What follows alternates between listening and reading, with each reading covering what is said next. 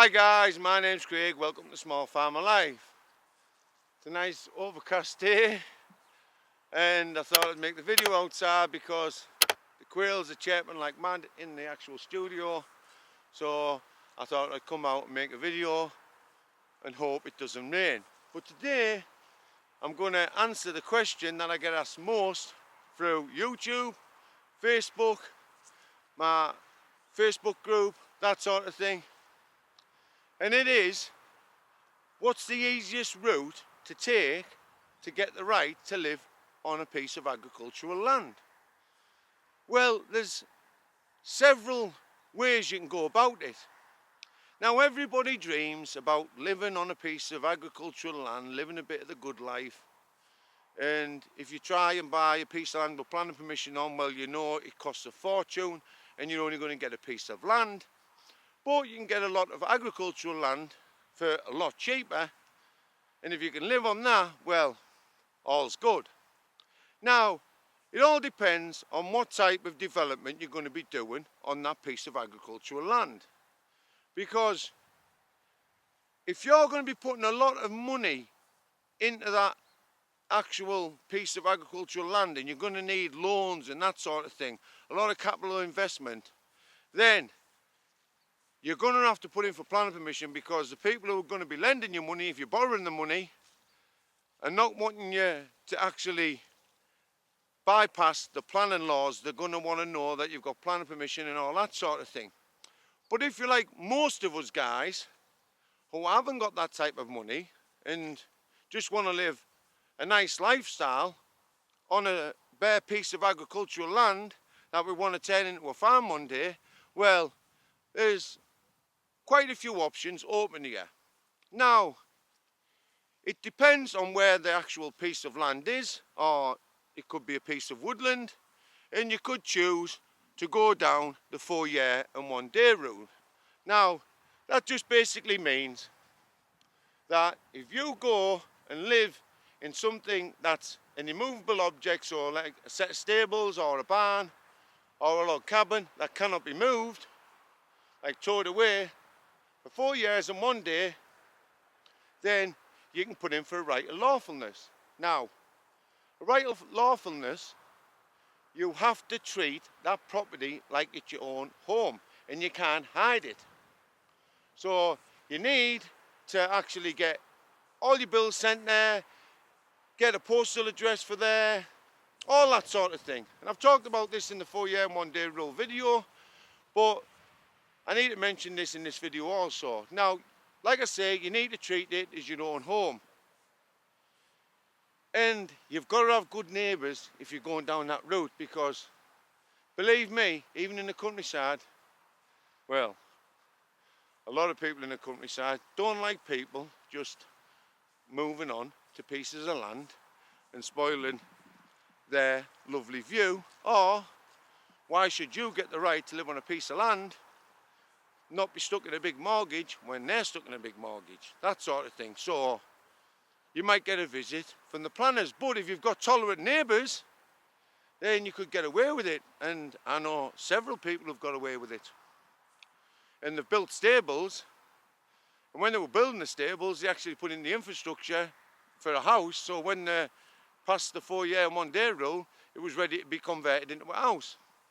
So you can go down that route. And if you're a lot younger, you might want to go down the 10-year 1-day rule and have a caravan stuck somewhere in some woods and stick it out for 10 years and 1 day, and then you'll get a right of lawfulness also. But you can't hide the fact that you're living there. You've just got to do it in the open. Now, this doesn't mean to say it has to be right at the entrance of the actual land that you're living on. It just means you can't hide the actual structure you're living in and surround it by bales of hay like a guy did, I told you about on the video, the 4-year 1-day rule. But there's lots and lots of people, guys, living out there, thousands in fact, in eco houses, in woods, on pieces of agricultural land, and you've got a good chance of actually doing it if you just follow some basic rules. Now, you can put in for planning permission to live on a piece of agricultural land, but I can guarantee 100% that if you do that, even if you've got an excellent business plan to follow, then the council will still probably refuse the right to build a house on a piece of agricultural land. Now they'll let developers build hundreds or thousands of houses on a piece of agricultural land, but you can't build one. But I wouldn't suggest going down the actual planning system route. Now I do know a bit about this, guys. I've got friends who've done it and I've studied it for years, trust me.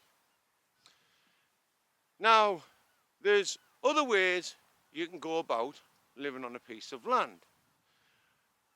Firstly, are you going to start a small farm on that piece of land? And it doesn't have to be around animals.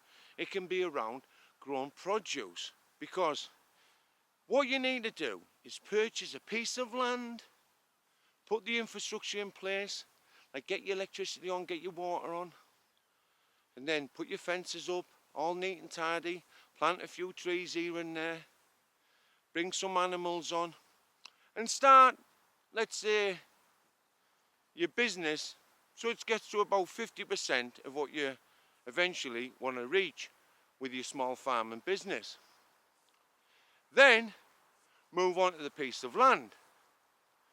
But what some people do is they start a small farm, they're successful in the small farm, and then they put in for planning permission when they're living off-site in a house to live on a small farm. And what do you think the planners do? They reject them. And they reject them because they say that if you've made a success of that small farm and you've never lived on site, then why do you need to live on site? So they're not going to let you get planning permission or grant planning permission to live on that small farm. And if they do, then it'll be a massive battle with the planners to actually get the right for planning permission. So you'll have to go to appeal after appeal after appeal, and then you might be granted it on appeal, like I showed in about the second to last video, a link where people were growing produce, one was growing flowers, and they eventually got the planning permission to live on site because the guy who come up to do the appeal noticed and understood that they should have the right to live on the land because travelling backwards and forwards was just taking too much time and that sort of thing. But you need to have your paperwork in order. So you need to have your business plan ready and all that sort of thing.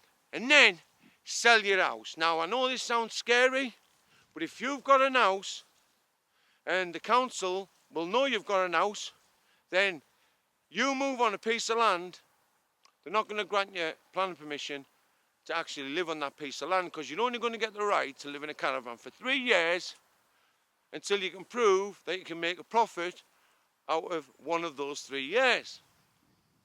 So you need to be homeless, because what the council don't want to do, and they've faced massive bills in the past by taking people to court, and they don't want to do it, and it makes them look the bad guy, is throw people out on the street. So if you move a caravan on a farm that you've started and you're already so far into the farm, so you've got a head start, because if you just move the caravan on and then start the farm, then you've got to get that profit made within the first 3 years. Now a lot of people know that most businesses fail within the first 3 years, 70% of them.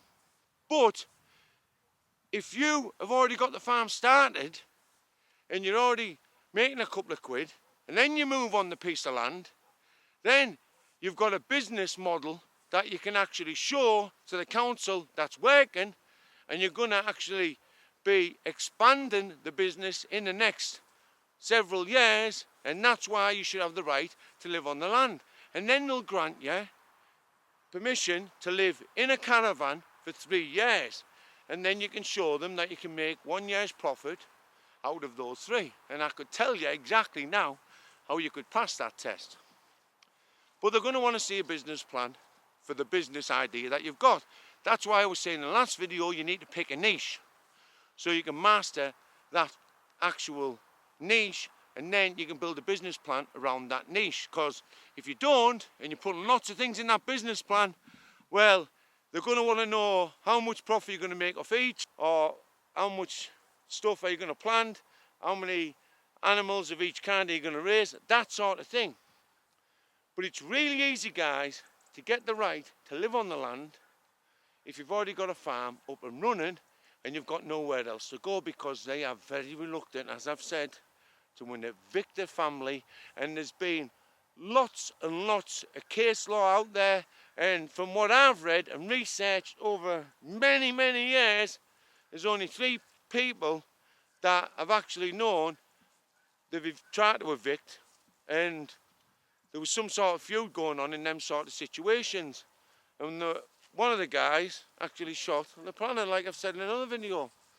But that is the easiest way you're going to get the right to live on a piece of agricultural land, starting a small farm. If you put in for planning permission on a bare piece of agricultural land, you'll be knocked back. If you hide away for 4 years and 1 day, great. But if you get caught on the 11th hour, you can be kicked off. So the best way, I think, is to start a small farm, have nowhere else to live, move into a caravan, because that's all they're going to let you live in anyway. And if you get a visit from the planning officer, have all your paperwork in order, your business plan ready, and all that sort of thing, and then you can show them that, and yes, you'll get planning. Now, is it illegal to live on a piece of land without putting in for planning permission? No. Are they going to look down on you for doing that? No, because they are used to people doing things before they put in for planning permission. So they're used to people building houses, extensions and all that sort of thing, and then putting in for planning permission afterwards. So they're not even going to, let's say, hold it against you for actually moving on that piece of farmland. So you just need to understand, guys, that that's the easiest way to get to live on the land. Start a small farm.